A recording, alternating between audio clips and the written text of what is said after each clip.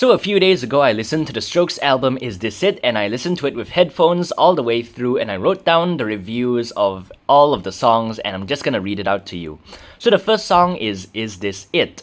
The guitar line in the verse is so melancholic and sad, the vocal melody is catchy, the vocal effect is cool. The bass part is so cool when it comes in at verse 2, it's actually playing a melodic line, not just the root notes. The song sounds so disappointed and emo, like literally. Is this it? But the bridge sounds so hopeful and uplifting. In the last chorus, when the bass unisons with the vocals, that's very cool, and every aspect of this song sounds good. The vocal melody, drums, guitar, and bass. It's not anything crazy, no high point, just simple but effective songwriting with a lot of good parts. Just the bare bones of a good song without hundreds and hundreds of layers. This one is a 9.5 out of 10. So the second song is The Modern Age, and the intro makes it feel like this should be the first song on the album, and I'm not really into the verse. The first few parts of the pre-chorus were good. It kind of feels like a Beach Boys song, and when the solo comes in, it comes in like in a weird harmonic minor kind of note, I guess, which gives it a different flavor, and that was very interesting. And there's some cool hammer and pull-off stuff. And the melody and rhythm of verse 2 was much better when he sang the higher octave. This song has a lot of potential to be good. I dig it, but I'm just not that familiar with it. So this one is an 8 out of 10. The third song is Soma, I believe, but I keep thinking like British people saying summer, summer, summer. But this one, I believe it's pronounced Soma, S-O-M-A. So I wrote down, the verse reminds me of the first song but faster. The verse melody and rhythm is catchy. The two guitars panned doing different things, and the guitar pan to the right is an earworm. In the second half of the verse, when he unisons with the guitar and sings higher, that's great. In the chorus, there's a descending line which is also catchy. The guitar line is catchier than the chorus vocals. It's definitely not a catchy sing-along chorus, so the guitar saves it.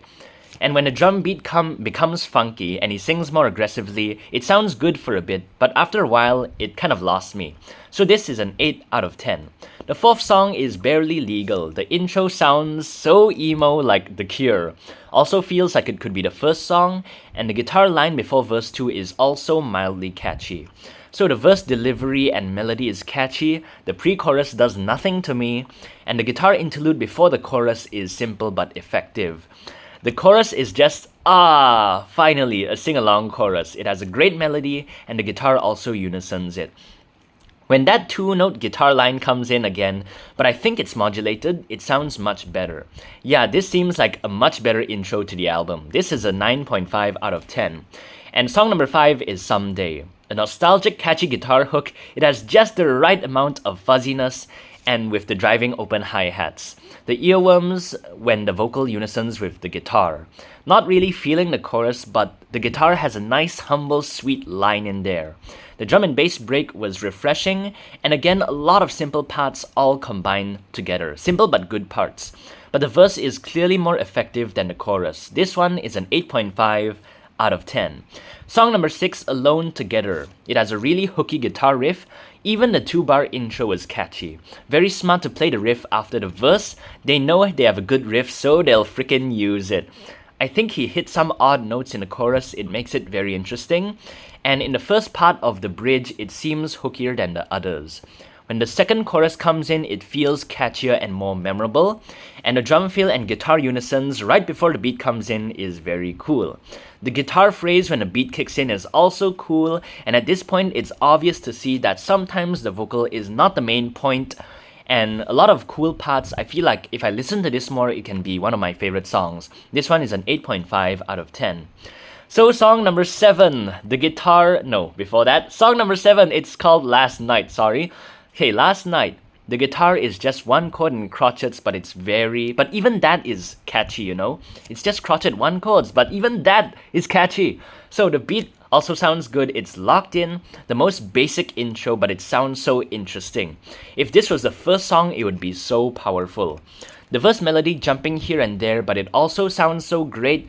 The chorus sounds like a pre-chorus, it sounds hopeful, but this is one of the rare songs where the verse and chorus are both very powerful. This song, just by the overall sound and melody, it sounds and feels so iconic. So the guitar solo feels very short. The first part has a different flavor. After that, it's just 2 notes, then random noise. It feels very short.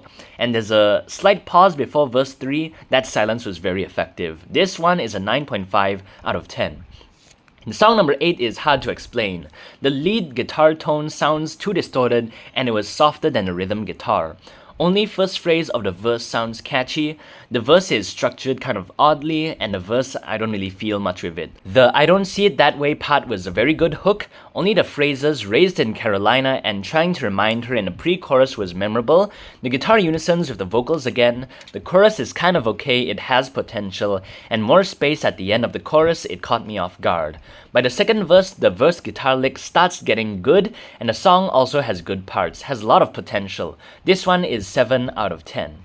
Song number 9, When It Started. Finally, a different drum beat. The bass playing semiquavers and guitar complementing each other was great. The verse also has great melody and rhythm. The chorus does nothing to me and the bass playing semiquavers again, but not that effective. It's a bit different enough to stand out, but it feels very filler. The descending guitar line is hooky, but the verse overpowers the chorus again. It also has potential, and by the second chorus, it was growing on me. This one is 7.5 out of 10. So song number 10 is Trying Your Luck. Straight into the guitar hook. There's a good chord progression in it too. The verse melody sounds so familiar, like maybe Fly Me to the Moon, maybe.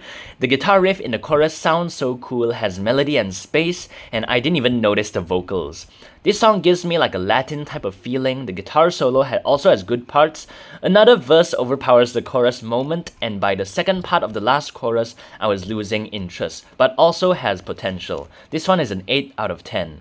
And song number 11 is Take It or Leave It. The guitar lead is hooky again, but too much repetition makes it kind of stale, but fits well with the verse. The chorus was chaos, I really liked it and fits the rhythm of the lead guitar.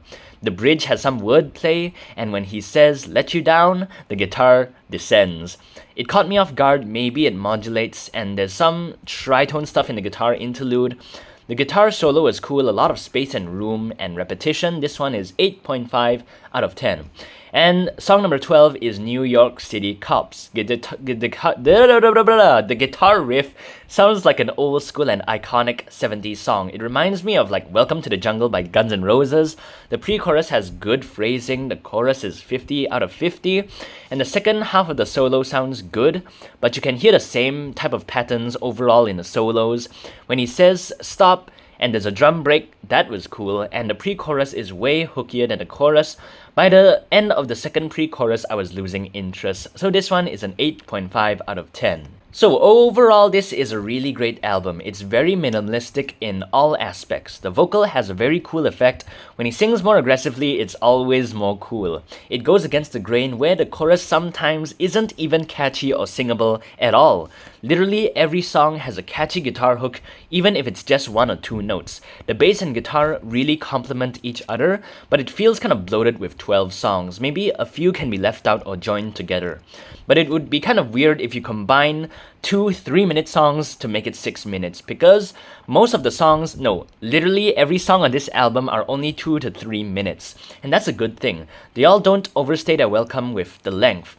I definitely feel some can be cut, but they're not all that bad at all. The feeling of this song feels filler goes away when I keep hearing a lot of great parts. I would listen to this again, recommend it to a friend, it's very enjoyable. Every instrument has great parts and just really great songwriting. This album, overall, 9 out of 10. So if you like this review, then like and subscribe and leave your comments down below. Thanks for watching.